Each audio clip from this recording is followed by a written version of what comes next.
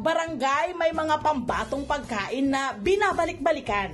Tulad na lang dito sa barangay Lawang Bato, Valenzuela, kung saan may mabibiling okoy kahit wala ito sa listahan ng kanilang paninda. Recipe ni Nanay Juliana at paninda nila ng kanyang anak na si Jubel. Gawa sa masustansyang gulay, maraming kabarangay ang nagpi-pre-order nito dahil pwede itong pang-agahan, ulam o merienda. Isang dekada na itong recipe ko ng okoy na ngayon ay pinasa ko na sa anak ko. Hindi po kami magsasawa na gumawa ng okoy para sa mga taong nagmamahal at tumatangkilik po nito. Tikman at pagsaluhan natin ang tinda nilang masarap at healthy okoy dito sa Agahan Natin.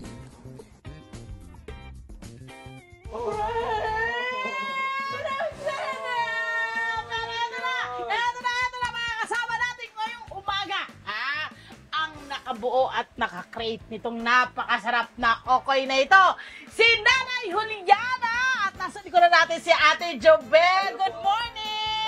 Mami, Good morning po. Good morning. Ayan na, umpisahan na natin, my friend, ang pagtatanong. Umpisahan ko na. Ano ba yan? Ako tuloy ngayon na magtatanong sa Ate Julie. Siyempre gusto namin malaman, paano mo na-create itong okoy mo na ito at anong kaibahan niya sa mga okoy na nakakain natin sa ibang lugar? Kasi po kadalasan okoy, toge. Totoo po! O di kaya yung parang mga hipon na maliliit, no? Yung gano'n ng Opo, yun. ginagamit, no? Pero yung sa inyo, ano po ito? Kalabasa po, tsaka kamote. Bakit ho yan ang naisipan nyo? At bakit ho na nag-come up kayo sa ganitong klase ng mga ingredients sa okoy ninyo? Sabi po kasi nutritious eh. Oho. Kaya po yung kalabasa. Ito raw ho, sumali raw kayo sa isang pa-contest. Tama ba? Po, sa Lawang Bato din po. Oo. Nung time na yun po, Nutrition Month, Mm. sumali din po siya doon. Mm. Yan po yung pinanlaban. Mhm. Ingredients ito agad. Yes po. Opo. Kalabasa. Kalabasa sa kamote. Pero Kasi dati, para nga po dati na ba siyang nagluluto talaga ng okoy? hindi po actually. Hindi po siya masyadong luluto dati. Pero matagal na po na nagluluto. Yes, Yung magaling okoy magluto. po, ito po yung naisip niya nung time na yun, nung sumali po siya sa nutrition. Oho. Nutrition month sa barangay din po ng Lawang Bato. Yes po, Oo. nanalo Ano po siya. yung inspirasyon nyo doon sa pag-create ng ganito? Ng ganitong klase ng okoy? Kasi po sabi nutritious. Oo. Kaya po naisip ko po yung okoy. Gulay lahat. O gulay po. Mga ano, Di ba? kalabasa, kamote. Complex ganun. carbohydrates, di ba? Lahat ng vitamins narito sa kalabasa at saka sa kamote. May hipon pa! May hipon pa. Talaga namang pangmalinam na manghipaw. Oo. Ano ang naging reaksyon ng inyong mga, kasi nung pisa na nila ibenta? Opo, mami. Oo, di ba? Ngayon sikat na sikat Kamusta na. naging reaksyon? Opo. Ano naging reaksyon ng inyong mga suke? Nasarap pa naman po sila. Oo. Kaya order po sila ulit pag may okasyon sila. Opo, yun po. Nutrition po sa kanila, yan po talagang hinahanap nilang order. Balita ko po by special request, hindi po yung basa-basa walk-in ka. Kasi po, paggawa po ng okoy, medyo hindi mabusisi po. Kasi po, kinakayod po namin isa-isa yung kalabasa, yung kamote. Kinakayod? Opo, kinakayod. Mano-mano po ang kayod. Mas matagal So, kaya po pagka pre-order hiwa. kami. Kaya Unlike po kayod kasi po. dati, di ba, ang okoy kadalasan, dati is toge. Madaling timplahan, yun lang po. Unlike po kasi ng opo, madali siyang ibenta. Unlike ni okoy kalabasa, kinakayod pa po siya, tapos may kamote, kakayodin din po. Talagang mabusisi yung gawa. Pre-order. Kaya pre-order. Magkano po ang benta? Magkano po ang order po sa okay nyo po? Nag-start po kami talaga niya ng 10. Siyempre, tumaas din po ang kalabasa. Pero po hanggang ngayon, nakafix po kami sa 13 pesos lang po per piece. Pero minimum po kami na 50 pieces. Opo. Para naman ma-maximize yung production. Saan na nakarating? Kung murang-mura na yun, Apo. saan nakarating na itong mga yung okoy po ninyo? Okoy po ng okoy kalabasa, buong Valenzuela, alam, kasi sa City Hall po, mga sila mayor, sila consul, before po, order bawat okasyon. Kahit saan po sulok ng Valenzuela, kilala po si Okoy. Then, ginawa ko po, in-online po siya. Okay. Noong 2016, 2018, kasi sabi ko, mama, ba't hindi mo kasi uso ngayon yung sa Facebook. Oo. Ginawa ko po, nung gumagawa siya, pinipicture ako, tapos unaano ko. Opo, saan pa po ako nakapag-deliver. yung quality niya, pag tinitikman natin, oo nga naman, ano, kasi malutong. Malutong yung gilid, malutong siya inside and out. Tapos lasang, kasi sa mga kababayan natin, masarap po siya, totoo siya. Crunchy, tapos may natural manamis-tamis kasi natural na manamis-tamis ang kamote, di ba? Tapos yung kalabasa rin, tapos malutong, pagkain mo malambot, juicy, lasa yung seafood, nalalasa mo yung hipon, masarap po. Meron. Ang gandang kombinasyon. Ayun, So masasabi nyo ba Lutong. na yun ang dahilan bakit kayo binabalik-balikan? Yes po, kasi napapanatili din po namin malutong. Yun Matagal yung lutong niya. Kasi po yung iba, sinasabi po nila, malambot eh.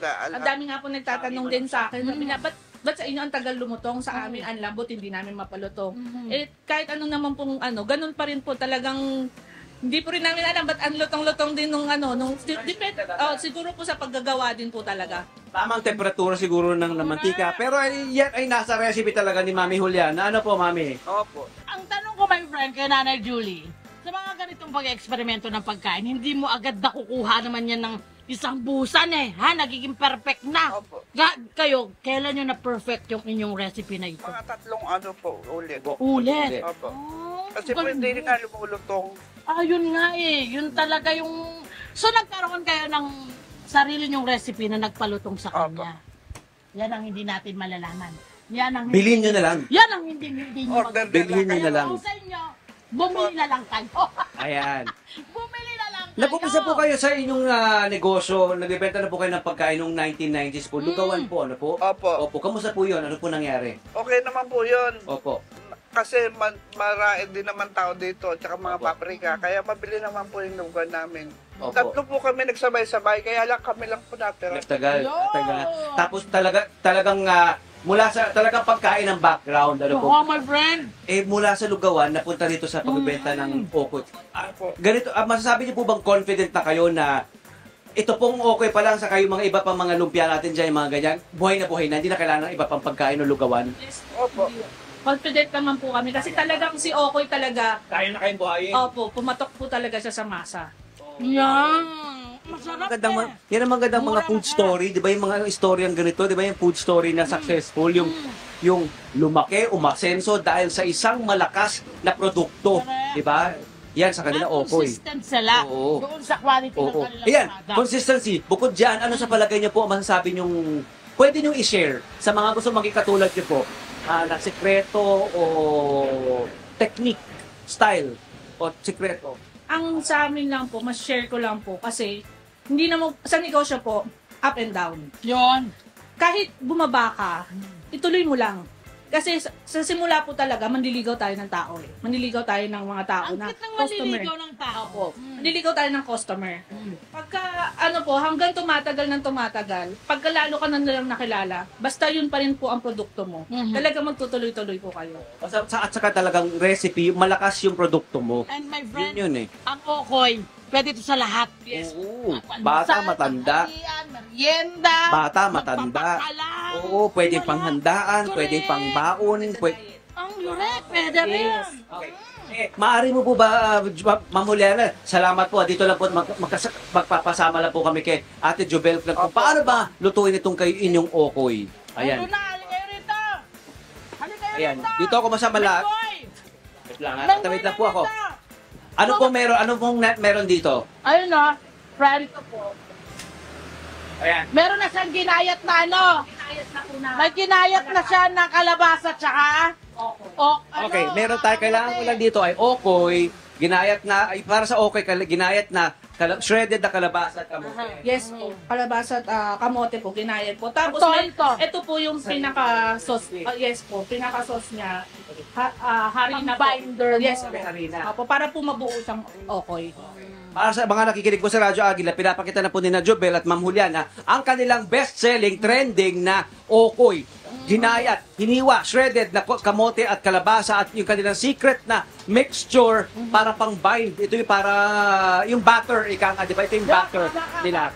Na ilalagay nila. Pero may sarili silang ingredients, may sarili silang nilalagay din sa recipe. Kanya-kanya respeto lang yan, actually. And I think ito yung ginawa ni Mami Judy. Ito yung in-eksperimento niya ng matagal kasi kailangan nga niya ng pampalutaw. So ito yung sikreto ng kanilang okoy kalabasa. Yung okoy nyo po, nilalagay nyo rin po ng hipon yan. Yes, po, sa ibabaw po.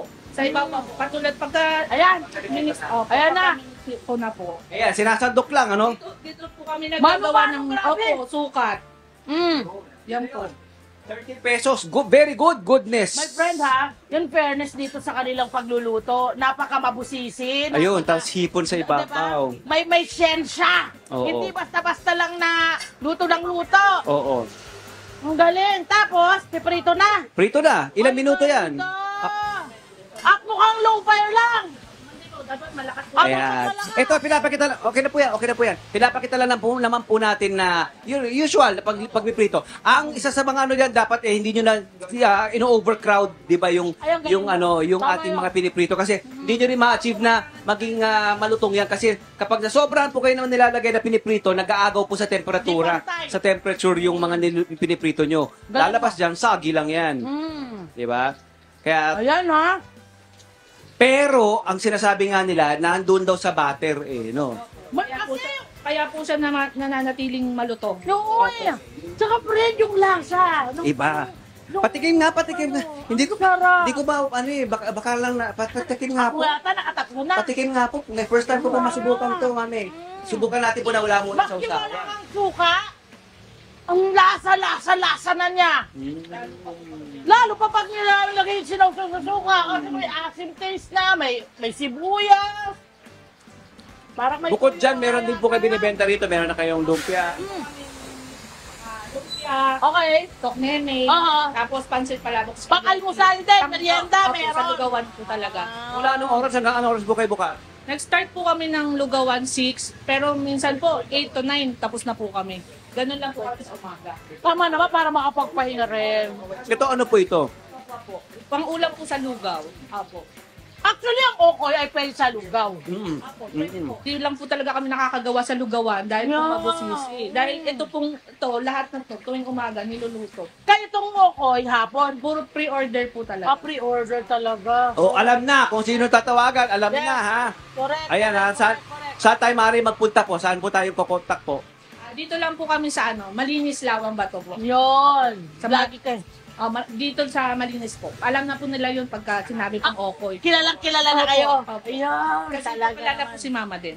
Ayun. Hanapin lamang po ang okoy ni Mami Juliana Yes. at ni Ate Jobel Correct. sa Lawang Bato, sa Malinis, sa Lawang Bato. Alam na! Nanay, Julie, Yun yun eh. ano ang iyong advice sa mga nanay dyan, or mga bata, or mga gustong pasukin ang ganitong klase ng negosyo? Ano yung mga anong sikreto mo? Ang masasabi ko lang po, talagang tiyaga lang Oh, yun man. para makuha mo ang gusto mo. Oho. Ganun po. Oo. Tsagain. Wag susubuko. Kagaya nun, sabi kanina sa atin na Ni Jobel. Ate Jobel. Ay, hindi ito laging up. Up and down, up and down, up and down. Ang ganda, ang sarap pakinggan no na kung gaano kalakas yung product mo, yung binibenta mo. Hanapin niyo lang po yung pangalan hanapin niyo lang po Ang si sarap. Ate Juliana doon sa Malinis. Correct. Yung okoy, alam na. Yun naman dream natin. Dream yan ng kahit sino mang mga restaurator, Correct. yung mga malalaking May restaurator. branding agad sila na. Oo.